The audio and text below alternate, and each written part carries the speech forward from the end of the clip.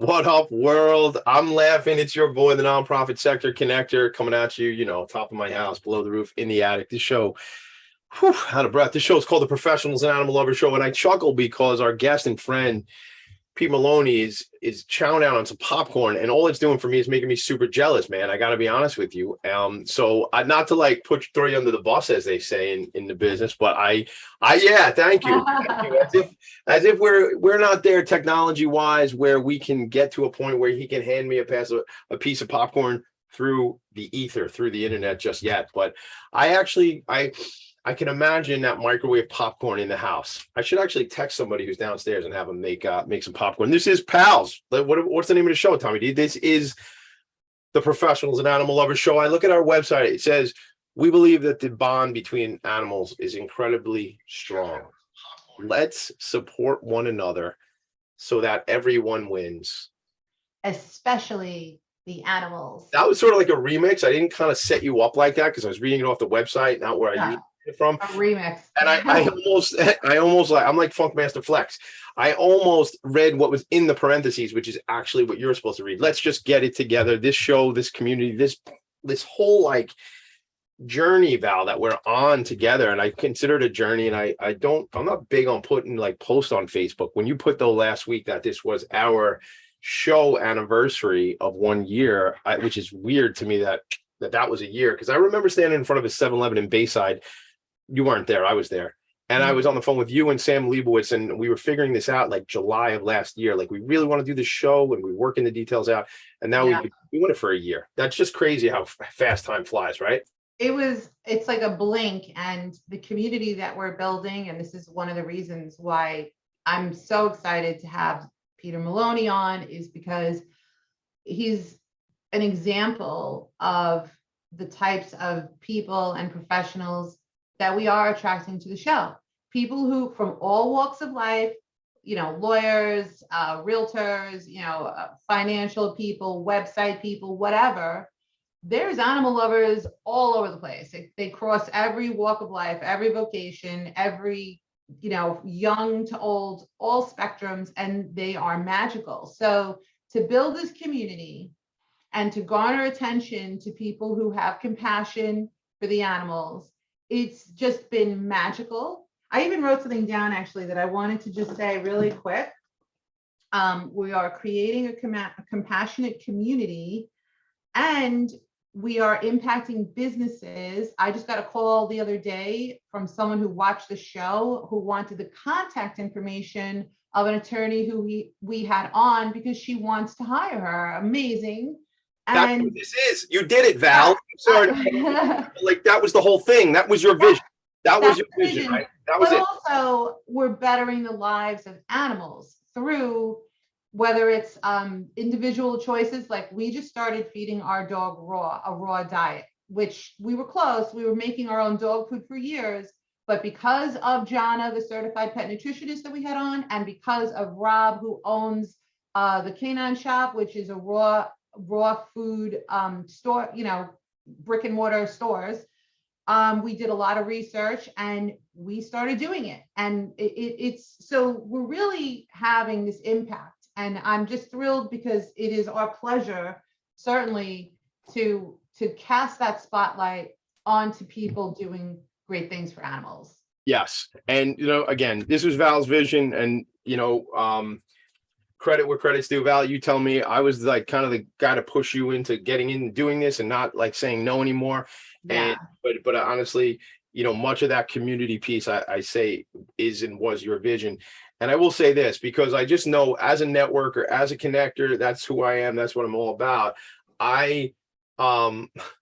It was a Saturday morning. Quick story, everybody, because this is how we get to meet Peter Maloney. If this doesn't happen one Saturday morning, it's a Saturday morning, Val. I left my house at 2:30 a.m. I shot out to Long Island City, Queens, because I had to walk for an organization called Solace House. Okay. I do this walk. I help out. I volunteer, and I leave Long Island City and I go to like Bayshore, Long Island. And I'm out at Bayshore, Long Island for another walk for an organization, a veterans organization called Operation Vest. And when there was somebody that came up to sing the national anthem, and Levy, you're probably listening. Lady in red, You know that song? She was the lady in red that day. She had this red dress on and she sang, did a great job singing the national anthem. And then we started chatting because I'm there serving Italian ices. Shout out to my dad, Ralph's Ices, Huntington, donating the ices to the nonprofits. I say, oh my God, Ann, you need to know my friend, my partner, Valerie, because you guys are gonna Val. I said you're gonna love each other. I mean, I think I love her. dude, I was like texting. I'm like, oh my God. And Ann hung out with me while I was like scooping the ices. So we got to know each other. We're chatting. And that's how we get to meet Peter, because she told us about you and she told us about working with you and your organization in the family business. So without like dancing around it anymore, let's get Peter into this conversation. Right. Peter Maloney Funeral Homes. Like I said, and we had the opportunity, you and I and Val, to meet about 3 weeks ago when we did our event here on the island. But what you've done specifically to the animals, for the animals, or for your clients, really, with Kota. We're going to meet Kota, right? Well, he's right behind me, right here. You see that? Yes, See the picture right there. Yeah, I see. So Kota's getting his nails done today. Oh, okay. Yes. I mean, no judgment, bougie, but no judgment. I mean, Oh, it's super important. little judgment, maybe. I'm being silly. It's super important. It'll be painful if they grow too long. But Ann Levy, I feel it's such an affinity for her. And before I even met her, I felt super close. But to finish real quick, the background, Ann worked for you, Peter, right, for a very long time. Yes. Peter Maloney is the owner operator of Maloney Funeral Homes. And they have, I believe, 5 locations, predominantly. 7. But who's counting? 7. Apologize. Okay. Suffolk County, New York. And, Ann was a funeral director. Talk about compassion. That is a very important characteristic in that business. And without any further ado, I really would like to introduce you, Peter, and also, let's talk about your wonderful comfort dog, Kota. Yeah. So, it's interesting. If he were here, he'd be eating this popcorn alongside me.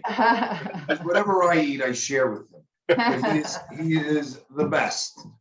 He was at work last night, and he brought such a different element into the funeral home last night. I mean, he was just so warm. He walked right up to people, and he'd lean on them and share his love. And it's just a wonderful, wonderful experience. And amazingly, this Kota was rescued from a kennel down in southern Arkansas many years ago. My daughter, who actually adopts puppies or she's a foster parent until the dog. So she does the foster, but she brought the dog in because they were going to put Kota down.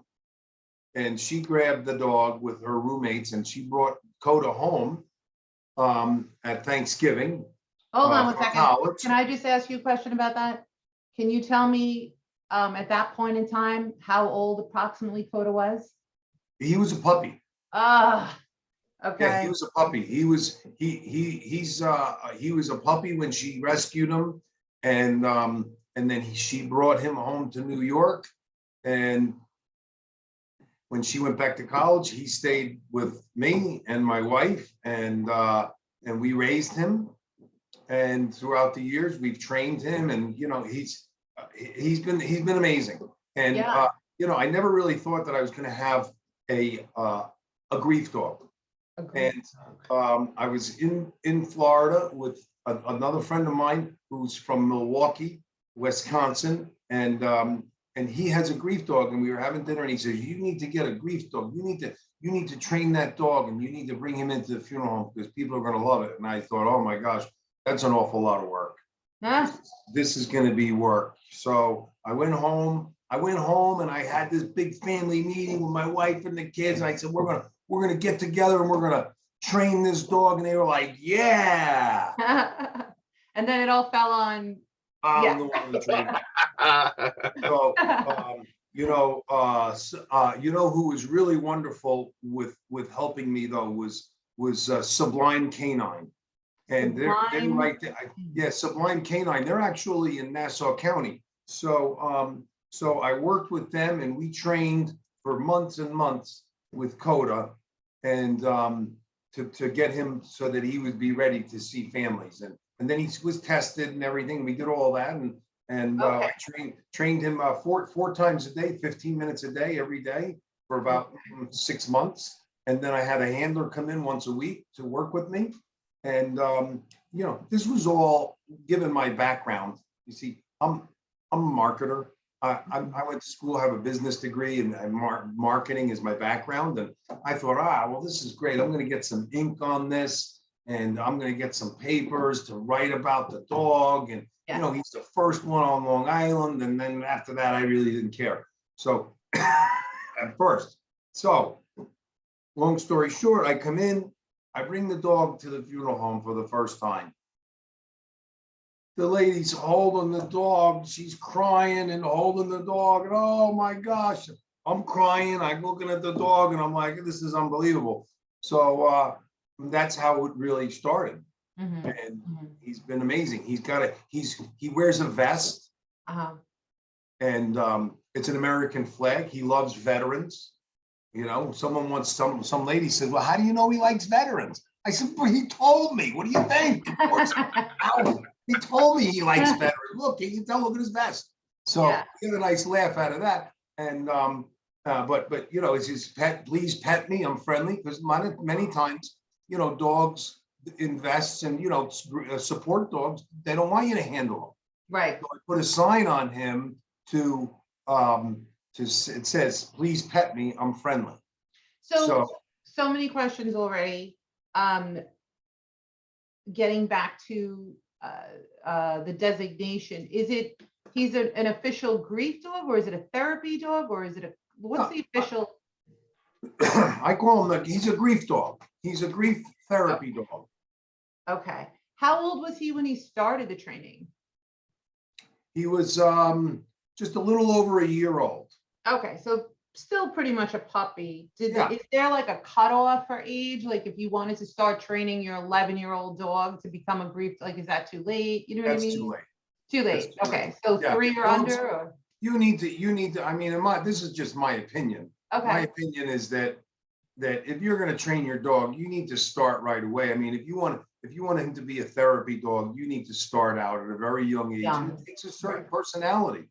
Dogs have to have a certain disposition in order to do those things. Now, can you train a dog later on in life to do certain things? Yeah, but I don't know if you can train a dog to be a therapy dog when they're up in age. They've already formed and developed. Right. You can't. I don't know a lot about things, but I know you can't teach an old dog new tricks. I'm not sure about training, but I believe when it comes to tricks, if the dog is old, you can't teach him new ones.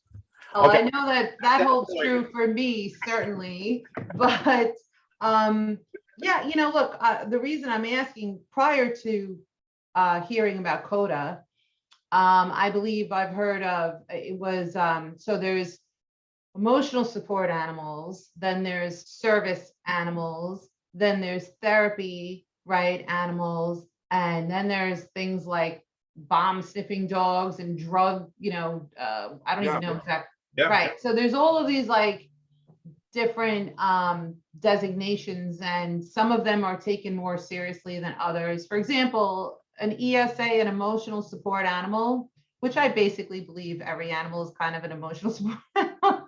But anyway, you can't really travel with that. Like there's a lot of hotels or flights, they'll just tell you, okay, this is not a service animal, right? So there's all these different levels, which is why I think the delineation is important so that people won't think, oh, I can just call my dog a therapy dog and bring him to work with me. You know what I mean? There's a process in place. I'd love to also. I think we should explore that. We're gonna take a quick break, Val. But okay. I'd love to explore that on another show. Let's bring on somebody who knows those different designations. So shout out to the internet if you are a specialist in those different delineations or designations of what a therapy dog is, a grief dog is, a bomb sniffing dog, if that's its own, I'm guessing that's its own thing. Well, come let us know and we'll bring you on the show and you can show us Yeah. the differences. Shout out to Sublime Canine. I shared it on Facebook, SublimeCanineDogTraining.com. Shout out to you all. We look forward to connecting with you. We don't know you yet, but we know Peter, and he's vouching for y'all. So we'll connect. Peter Maloney is here. Maloney Funeral Homes, 7 locations on Long Island. Look, when you have that situation at the loss of life, you need somebody who's really going to want to connect with you, be compassionate. And what better way to have beautiful Kota looking up at you and giving you a hug when you need one more than ever. We will be right back. This is Pals, Professionals, and Animal Lovers Show. Okay. Are you a business owner? Do you want to be a business owner? Do you work with business owners? Hi, I'm Stephen Fry, your small and medium-sized business or SMB guy, and I'm the host of the new show, Always Friday. While I love to have fun on my show, we take those Friday feelings of freedom and clarity to discuss popular topics on the minds of SMBs today. Please join me and my various special guests on Friday at 11 a.m. on TalkRadio.nyc. Are you a conscious co-creator? Are you on a quest to raise your vibration and your consciousness? I'm Sam Leibowitz, your conscious consultant. And on my show, The Conscious Consultant Hour, Awakening Humanity, we will touch upon all these topics and more. Listen live at our new time on Thursdays at 12 noon Eastern Time. That's The Conscious Consultant Hour, Awakening Humanity, Thursdays, 12 noon on TalkRadio.nyc.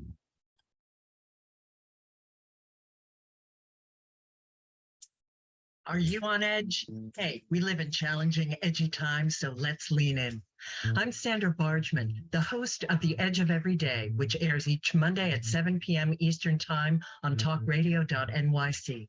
Tune in live with me and my friends and colleagues as we share stories and perspectives about pushing boundaries and exploring our rough edges. That's The Edge of Every Day on Mondays at 7 p.m. Eastern Time on TalkRadio.nyc.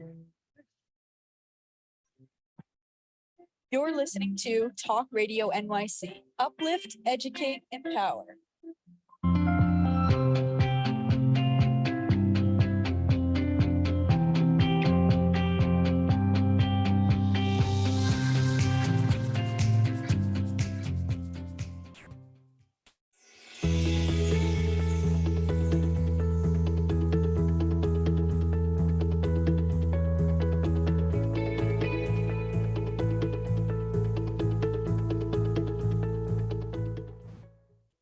And we've returned. Professionals and Animal Lovers Show. We're back. I'm sharing the website for the Maloney family funeral home, and there's a video on there you can check out right now, but you don't have to watch it now because we're live and we have Peter here, and we're going to talk about Kota and things of that nature and how Kota has made an impact. But before we do that, Val, I know you have a lot of questions because we always have a lot of questions. So together we probably have like 2 million questions.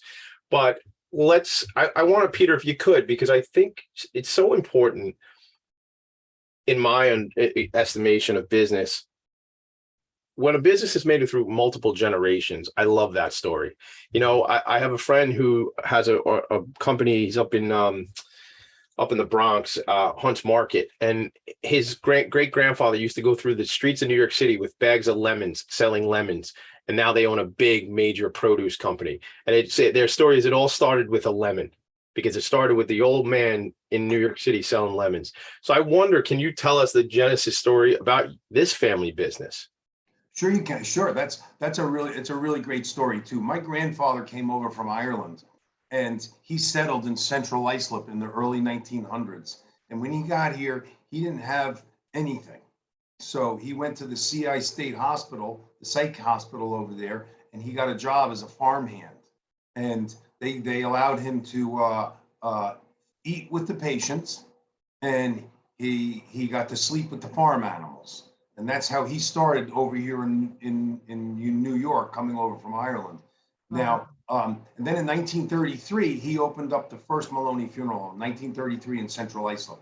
And from there, my dad opened up in 1962 in Lake Ronkonkoma.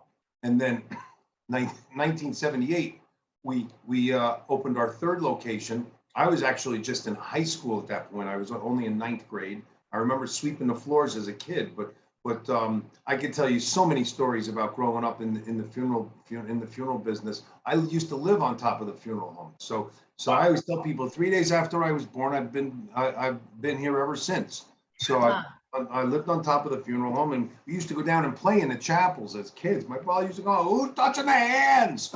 So, Oh my goodness. Oh my goodness. I'm scared though. I'm scared, Val, because I'm nervous about certain things. And that always, I'll never forget that movie. And I feel like I brought it up on this show before, but my girl with the girl Veda Sultanpuss with little Thomas J when he gets stung by all the bees. Like Peter, is there like, do you get, I'm freaked out to this day at 44 years old when I'm in a funeral parlor. He's And desensitized. I don't know why. I can't answer that for you. That's like me, my therapist and I'll work through that type of stuff. Tommy. Yes. Hey, listen, Tommy. Listen, let me tell you something. It's the ones with the heartbeat are the ones that are going to hurt you. That's So, right. That's right. You know, you don't need to worry about the ones that are here at the funeral home. Oh my goodness, that is so true. You know, he's first of all, he's been around it forever, so he's clearly, you know, he's desensitized to it, and that is like I don't know. I feel like that's kind of normal. Like people who grow up around guns, like guns is no big deal for them. You know what I mean? So Right. it really depends on what you're used to, right? But I will say I got in trouble once. I'll never forget this. It was 1979. My grandmother passed. I was pretty young, and I got in trouble because the funeral, I called them funeral cards. I forgot what they're called, those laminated little Prayer memory cards. Yeah. Most of the time they're like religious, right? So they have like Mary and then, you know, Jesus, Mary, Joseph, whatever. My cousin and I, who's like a year apart, we started a game of cards, like based on how many people were on the cards. If it was like 1, 2, or 3, it was like Go Fish or whatever. We got in so much. We took all the cards and we're sitting there playing. Oh gosh. Oh boy. Yeah. But you know, I wanted to talk about or ask you about. So a couple of things. First of all, knowing that Kota, such a beautiful and magical dog, right? This incredible, compassionate, sentient being as a puppy was on a euthanasia list. And I can't even call it a euthanasia list because the definition is a merciful, you know, killing basically. It's meant for when animals are suffering and like when a horse breaks their leg or something like that. But this is just a kill list. This is what shelters do. And you know, it's one of our passions here is to try to impact shelter reform so that healthy adoptable animals like Kota, I mean, they shouldn't be killed. And can you imagine, Peter, your life without Kota today? He's the best dog I've ever had in my entire life. That's what I'm saying. And you know, I mean, he's got a collar. I put a tracking on him. Last year, we lost him for about 8 hours. I was like, I'm not leaving until I find my dog. I had dogs. I mean, we were out for a walk in the woods and he got spooked and he ran back to the car and circled the car and then kept going. And it was a horrible day. But no, I couldn't imagine. Kota has brought me such joy and pleasure when we're together. And you know, I mean, he rides in a really fancy car now, and you know, and we have a lot of fun together. And I take him everywhere. I take him to work.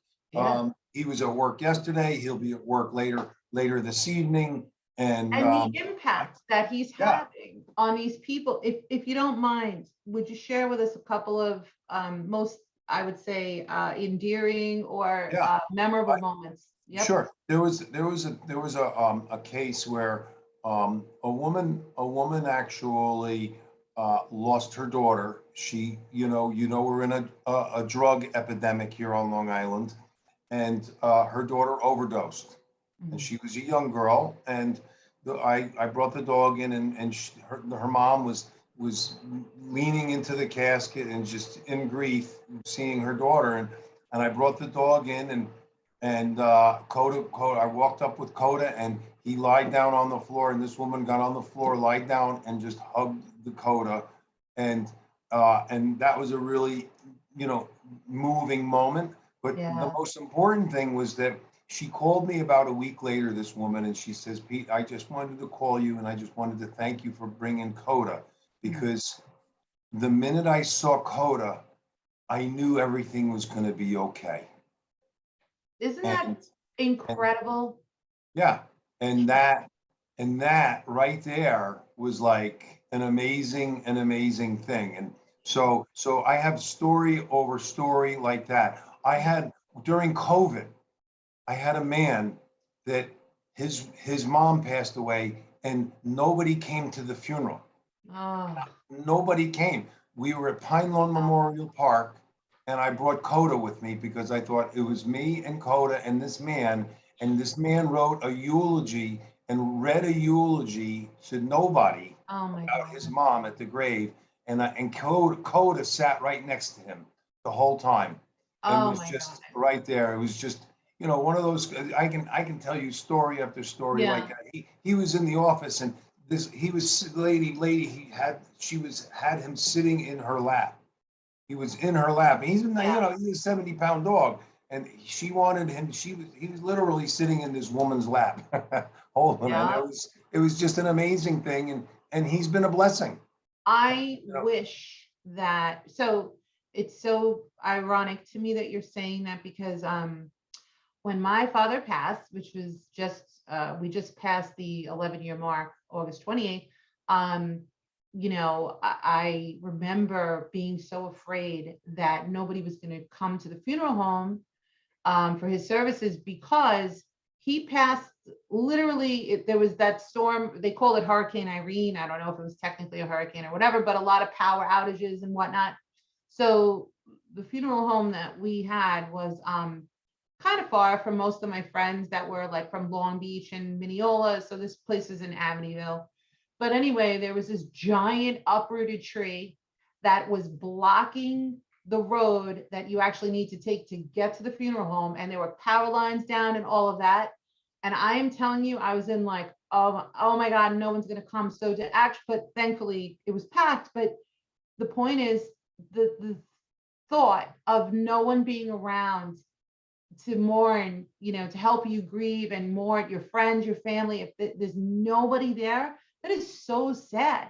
So for Kota to be there, to be able to offset, and give this gentleman at least some ears, right? And Yeah. compassion. Oh my God, that's really tear jerking. Do they come back to visit like people like that gentleman or the woman who tragically lost her daughter? Or like, I would think they'd have such connection to this animal, Yeah. to the spirit of Yeah. it. And did they come by and see the dog? Like, what's that about? Well, I have a lot of families requesting Kota now. And I mean, I have a Oh, wow. family call and say, "Are you the funeral home with the dog? Because we want the funeral home with the dog." Absolutely. That's been really tremendous. And then of course, anytime anybody wants Kota to be here, he's free. It doesn't cost anything for Kota to show up. So it's just Yeah. him and I, and committed to the community, committed to providing an atmosphere where people can feel comfortable and express their grief in any way that they want within our funeral homes. That's what's made us the leader in the funeral industry. Does he get to, so we're going to go to break in a second, and I have a question I'm going to set up for when we come back from break, but does he go around and does he work at all the different locations? Is he like, does he have a home base? Like, and is there opportunities maybe where he could have some friends that there's that much demand? It sounds like a lot of demand.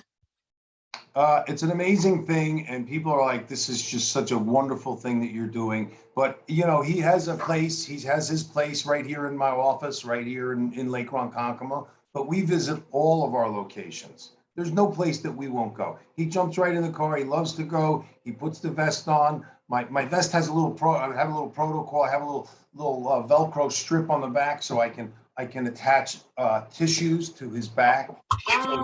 He walks into that's such a good idea. So he walks into the chapel and he's got his vest on and he's got tissues for anybody that Oh needs my them. God. I mean, as sad as these things can be, especially if it's a young person, but as sad as death is at times, because it's not always sad, right? It's not. It's something, right? But as it can be, how do you not get a kick out of it when this guy comes in on all fours with tissues on his back? How do you not laugh and That's brilliant. right? That's Oh my brilliant. God, it's so great. It's so great. All right, we do have to take a quick break. It's part of the show, but I'm looking at the website, Peter, so I want to kind of tee this up.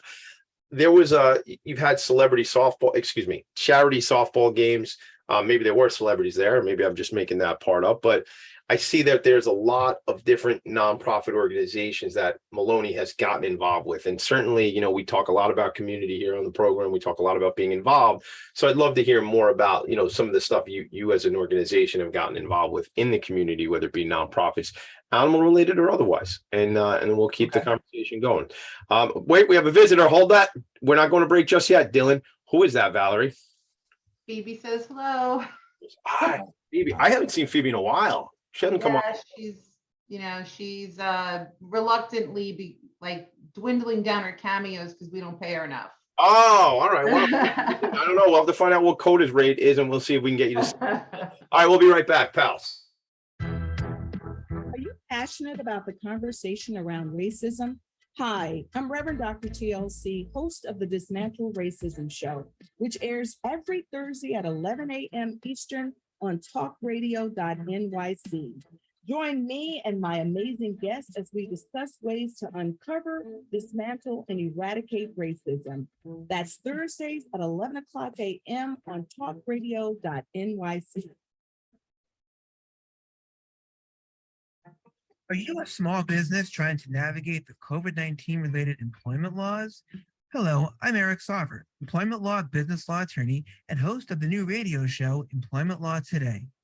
On my show, we'll have guests to discuss the common employment law challenges business owners are facing during these trying times. Tune in on Tuesday evenings from 5 p.m. to 6 p.m. Eastern Time on TalkRadio.nyc.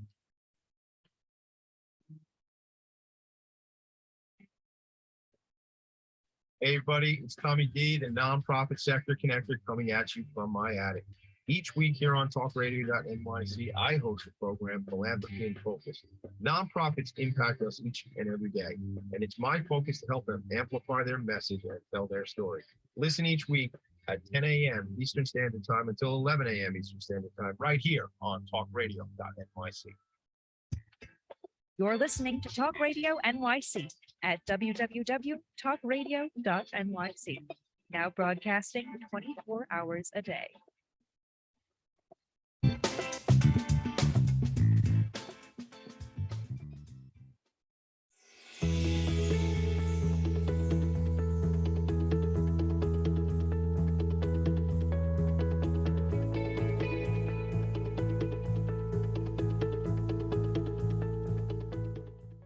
When we're back, Val, bring us back because I was showing our website while we were at break. Well, speaking of our website, so on our website, we have a description of our upcoming event, the inaugural Compassion Awards. And I have to tell you, Peter Maloney is one of our beloved and appreciated sponsors. And I also have to tell you that actually, Peter, I don't know if I've mentioned this to you, but you were like the easiest conversation, like the quickest turnaround. Like when I reached out to you and I told you what we were doing, you were also very encouraging. You were like, oh, this is a great idea. And you didn't hesitate at all. And I'm not saying that others did, but you know, sometimes they've got to get corporate approval and whatever. And sometimes it takes a few weeks or 30 days, etc. But you were like, let's do it. And I'm so grateful to you that you see value in what we're trying to do. And so thank you for being one of our sponsors. You bet. I'm glad that I could be a part of it. Gracias, Pedro. I just felt like I wanted to say it in Spanish. You know, I wanted to ask about another benefit, which I believe is inevitable, but we haven't talked about this. But obviously, with 7 locations, you have staff all over the place, and I'm sure it runs like a well-oiled machine. But how does Kota impact like the morale of your staff? It's a tough business sometimes. The staff love Kota. Yeah. He comes in, I say, come on, Kota, we got to go to the office. We got to go share the love with the staff today. Yeah. And he goes around, they all got treats in their desk for him. And he's the best. He comes in and someone might be having a horrible day, but he puts a smile on their face. He comes right over to them. He's not bashful. And he's really been a great element in that respect too, kind of lifting spirits for sure around here for staff. So sometimes, being in a funeral home, work can be hard, and, it can be kind of, a little bit down, or I guess, or, stressful. So he brings the life right back into the room, and I love that. he does an amazing job at boosting morale. I can't even and again, not to beat a dead horse, the no-kill movement is something I'm very much a part of and a proponent of, but they were going to kill this dog. And look how much love and joy and relief, this wonderful animal provides. It's an amazing thing, because it went full circle. They were going to put him down, and now he's actually helping people that have suffered a loss. Yeah. Ripple Amazing effect. thing. Amazing. It's a total blessing. And that's your daughter, who she fosters these pets, or she adopts them, you said originally? My daughter is my daughter Erin lives in the New York City, and she has been like a foster parent to some dogs. So she's had several of them, but she loves doing this too. So she's such a blessing to the little puppies, and taking over some of the dogs, and just making sure she finds them a nice home, and then she moves on to the next one. We say it all the time. Yep, fostering literally saves lives, and this is a phenomenal, case in point. I want to ask you too, on the business side of things, because Tommy and I are both avid networkers. Typically speaking, what would be a great connection for yourself professionally, and or anything else. But, ideally, if we were to call you up and say, hey, Peter, I really want you to meet my friend so-and-so. I've known them for 5 or 10 years, and I think you guys could connect on a professional level. Who would that be? What does that look like?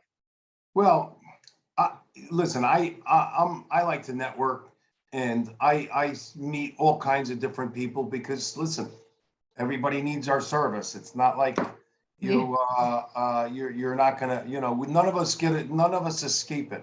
Yeah. So, just the fact that I get the opportunity to contribute to networking groups by being present is really tremendous, because nobody really wants to talk about death and dying.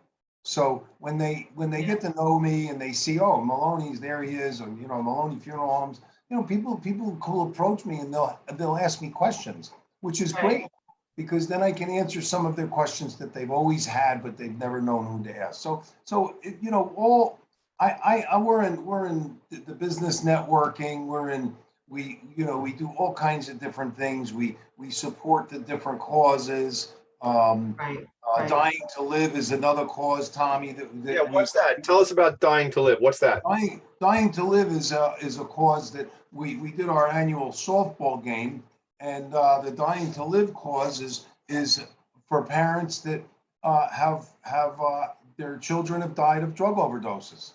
So it's let me tell you something. Okay, it's a war zone out there, and it's people don't talk about it, but the drugs are a bad problem on Long Island. So we've taken that cause up, and we've made some donations there.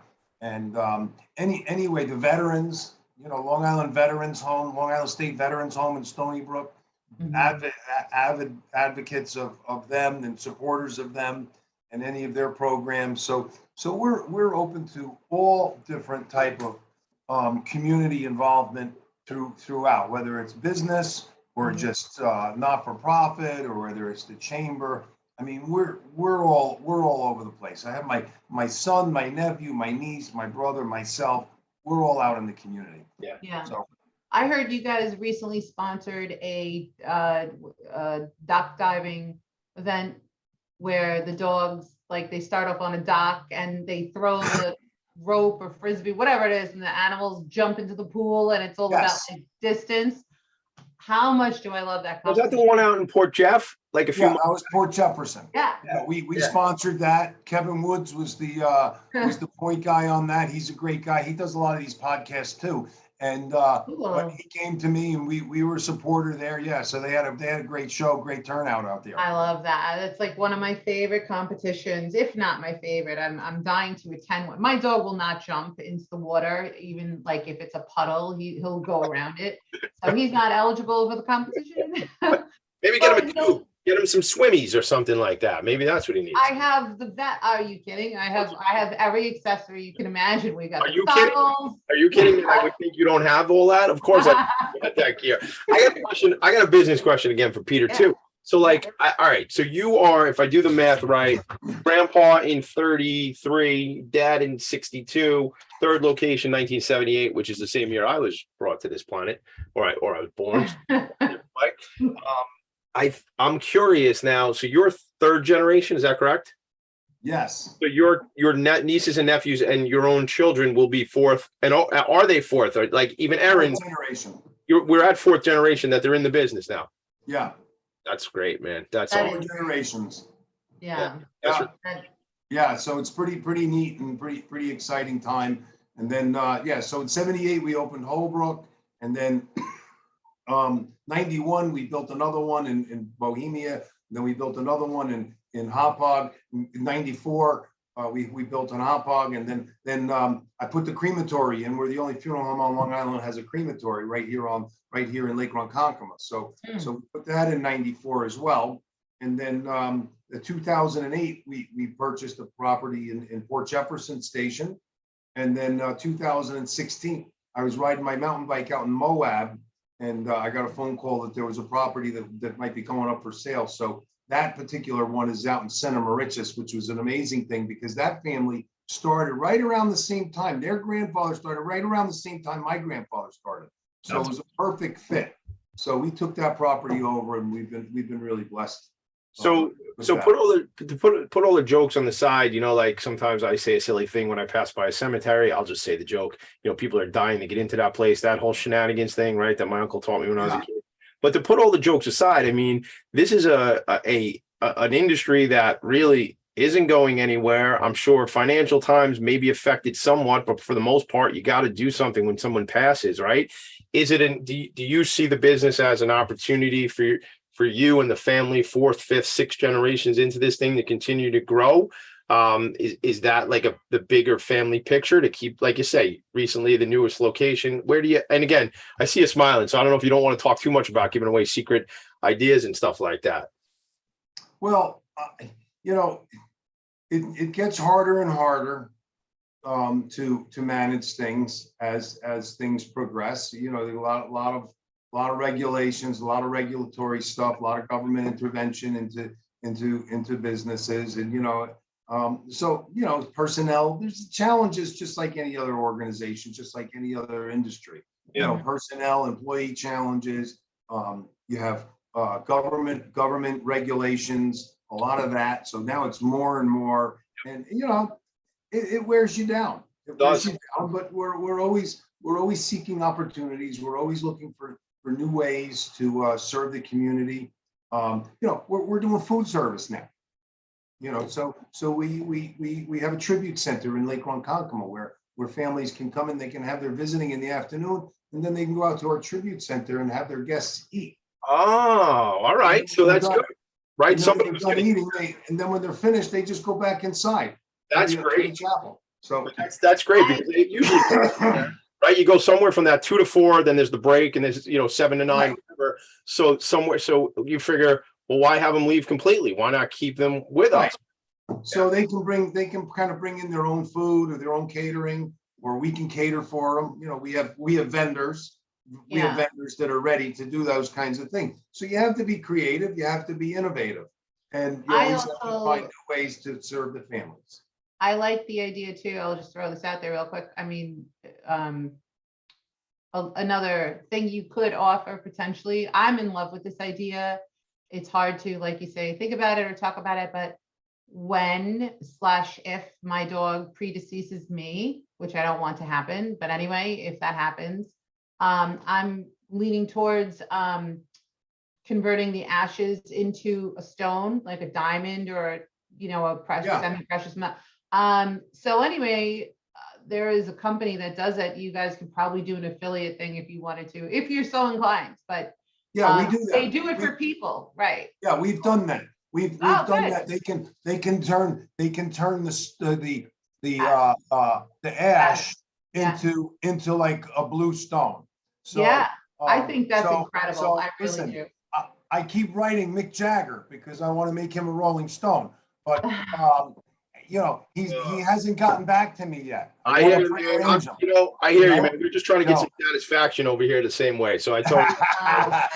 But there's another company though, Valerie, Yeah. and it's called Parting Stones. Okay. Okay, and they actually can take the cremated remains, Yeah. turn them into rocks. Yeah, that's what I'm talking about. There's another one too. I saw it on Shark Tank. I forgot what it's called. But there's another one you can turn it into diamonds. Yeah. And I mean, Yeah. it's not cheap, but I think it's the coolest No. thing because, like they say, The diamonds are forever. The diamonds are expensive. The Parting Stones are more reasonable. They're about $800. But then I'm always telling people, listen, you can get stoned at Maloney's. Oh my goodness. Well, listen, you know what, Peter? The green wave has Come been on. across this country, so you can get stoned at Maloney's if you want to, I guess, legally. And then eat popcorn. And you Yeah, can get that's stoned, right. and then you can eat popcorn. Wow, Val, good job. And with cremation, it's your last chance to have a smoking hot body. So, He's got all the jokes. I love it. Oh my God. Huh. Tommy, listen, I outdid you. I outdid you today, Tommy. You I did, outdid you, didn't I? You know what, Maloney? You got me, kid. I'm done. Not worthy. I'm not worthy. I bow down to you. You are hysterical. I can't wait to hang out again. All right, we do have to take a quick break from all this silliness and business at hand. Valerie's hiding. She's left the show. Valerie has left the program. Look, shout out to the New York Metropolitans, up 5-1 on the Buccaneers out of Pittsburgh. Just let's go, Mets. We got to say that because this is a live show and that is a live game. This is Pals. We'll be right back to finish off. Hey, everybody, it's Tommy D, the nonprofit sector connector, coming at you from my attic. Each week here on TalkRadio.nyc, I host a program, Philanthropy in Focus. Nonprofits impact us each and every day, and it's my focus to help them amplify their message and tell their story. Listen each week at 10 a.m. Eastern Standard Time until 11 a.m. Eastern Standard Time, right here on TalkRadio.nyc. In a post-COVID world, you may have many unanswered questions regarding your health. Are you looking to live a healthier lifestyle? Do you have a desire to learn more about mental health and enhance your quality of life? Or do you just want to participate in self-understanding and awareness? I'm Frank R. Harrison, host of Frank About Health, and each Thursday, I will tackle these questions and work to enlighten you. Tune in every Thursday at 5 p.m. on TalkRadio.nyc, and I will be frank about health to advocate for all of us.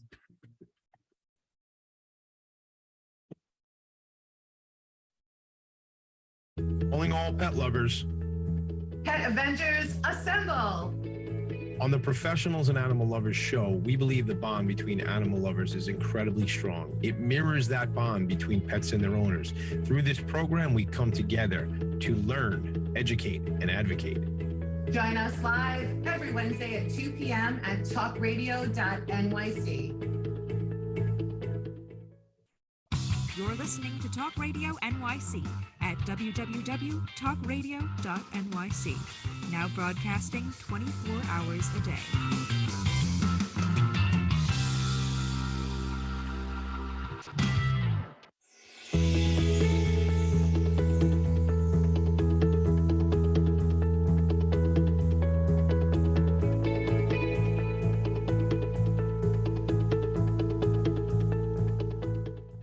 And we're back. This is Pals, Professionals and Animal Lovers show. Peter, I want to ask you a quick question because I'm sharing your website, or at least that was my intention. I hope I am right now on Facebook, where it says plan now. And as you said a couple minutes ago, you said, no one really wants to talk about death. No one wants to talk about, I'm sure, pre-planning for this. Although in all reality, Jim Morrison told us no one gets out alive. And if no one gets out alive, it probably makes sense to do some planning. So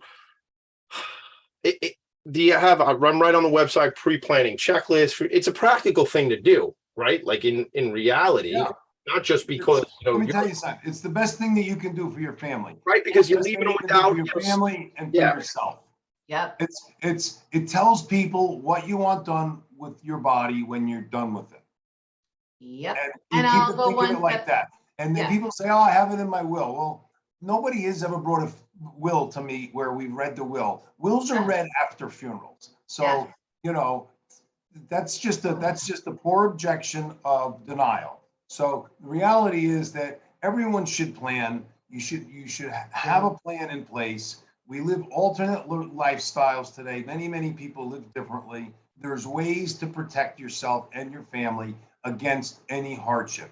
If you don't have a plan in place, there's two things that you can expect: confusion and money problems. If you have a plan in place, there's two things that you can expect as well: ease of service, and money's usually not an issue. Everything else can be settled and set up. Many people, if there's two, alternative lifestyles, there's an agent form. You can designate someone to be your agent. Okay, but if you don't have that and you're living with your boyfriend or whoever, okay, and you die, and even though you've been with them for 20 years, they have no rights. They can't do anything. So I'll take it one step further. You need to have that agent form, and you need to have a plan in place. I can't tell you that. I can't stress that enough. And I want to take it just one step further if I can. Oh, yeah. Sorry. I'm sorry. Can you? Go ahead. Okay, I apologize.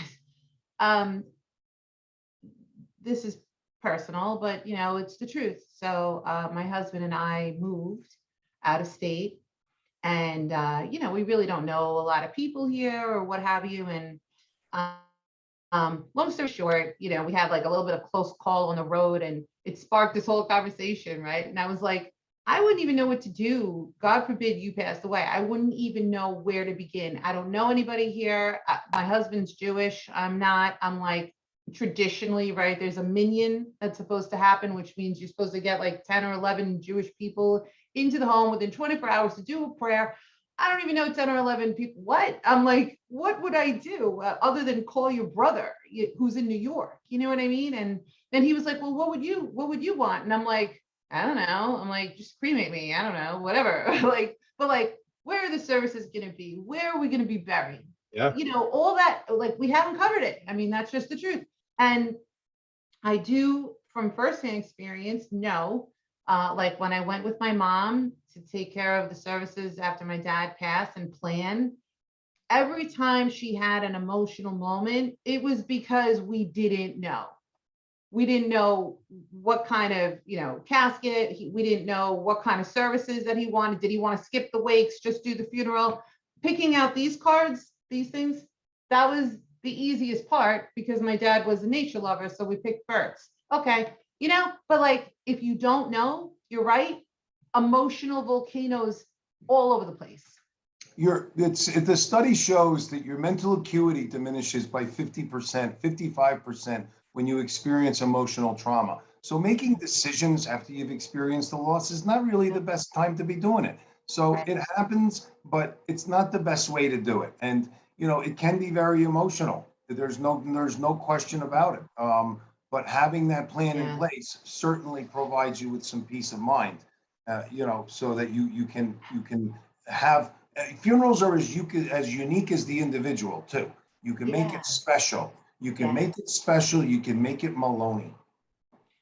I wish Kota was around for when my dad or a grief dog at that time. That would have made a world of difference. I feel, for us, no doubt about it. But Valerie, first of all, make it special, make it Maloney. Val, I don't know if you missed that one, but that's a classic. I mean, I'm going to use that later. But I want to say, Val, wasn't there a story, and I think you shared it on the show, so it's going to be personal, but I think we've already shared it out here in the world.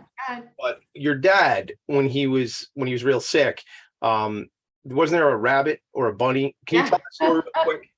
Yeah. Well, anyway, this is still on the living side, but what a difference this rehab on Hempstead Turnpike, where my dad was. We all knew he was iffy. He was in and out of neuro ICU like several times, and I was visiting him. I went to get a cup of coffee. On my way back, I see a pair of ears pop out. Like the porter had a bunch of boxes and ears, and I'm like, what's going on over here? So I stopped the guy, and he says, oh, we have some therapy animals, and they visit the patients. And I dragged him to my dad's room. And my dad was just the biggest animal lover ever, especially dogs. But he lifts up this giant, hare. It wasn't even a bunny. It was like an oversized rabbit. And my dad, who was pretty much very lethargic and like non-responsive and all of that, lit up like, forget it. It was, he kind of sat up, he smiled, he starts petting the rabbit. He even started laughing. And it was like magical. So I really believe in the power of these wonderful sentient beings so much. And, this is why I'm trying to round people up and create my own little army so that Kotas out there as puppies are not just going to be killed and discarded. Yeah. There's so much more that they need to do for us and the world, and we have to save them. Yeah. So special. We're out of time now. So No. Peter, final note, and then I got a bunch of shout outs we got to do real quick. Actually, you know what, Peter, before you do that, Paula Carosa Warner asks me on Facebook, is this funeral home in Queens? As I know, Peter, you do not have a Queens location. So could you shout out all your locations for me real quick? Well, we're located in central Suffolk County, but we serve the 5 boroughs and all of Long Island. So people travel to us. People travel to us because of the service we provide. The tribute center is like the key element too, because you come out here, you have your service, you can eat, and then finish your service and have the cremation all in one spot. Right. So you'll serve the 5 boroughs. So there's your answer for that, Paula. Yeah. If this is relevant. Hi, Paula. Val saying hello. I'm saying hello as well. Peter, say hello to Paula. Hey, Paula, how you doing? All right. So I won't even steal your tagline, Maloney. Take it away. Send us out with your tagline and the whole thing.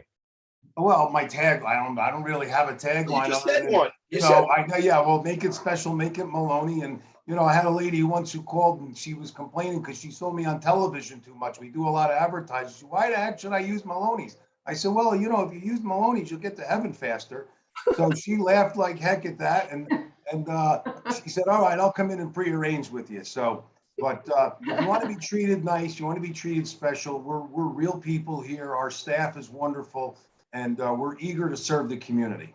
And there's Kota. And we got Kota. Chomping at the bit. He loves being here. We got Kota. Val, say something before we go.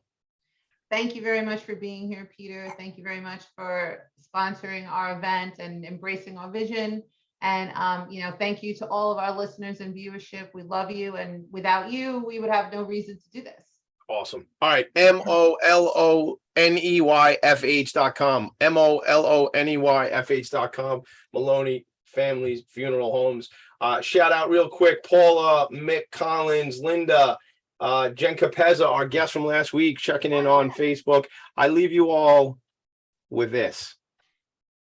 The greatness of a nation and its moral progress can be judged by the way its animals are treated. Yay, Gandhi. Yay, Gandhi. Yay, Gandhi. Thanks, Maloney. Thank you. God bless.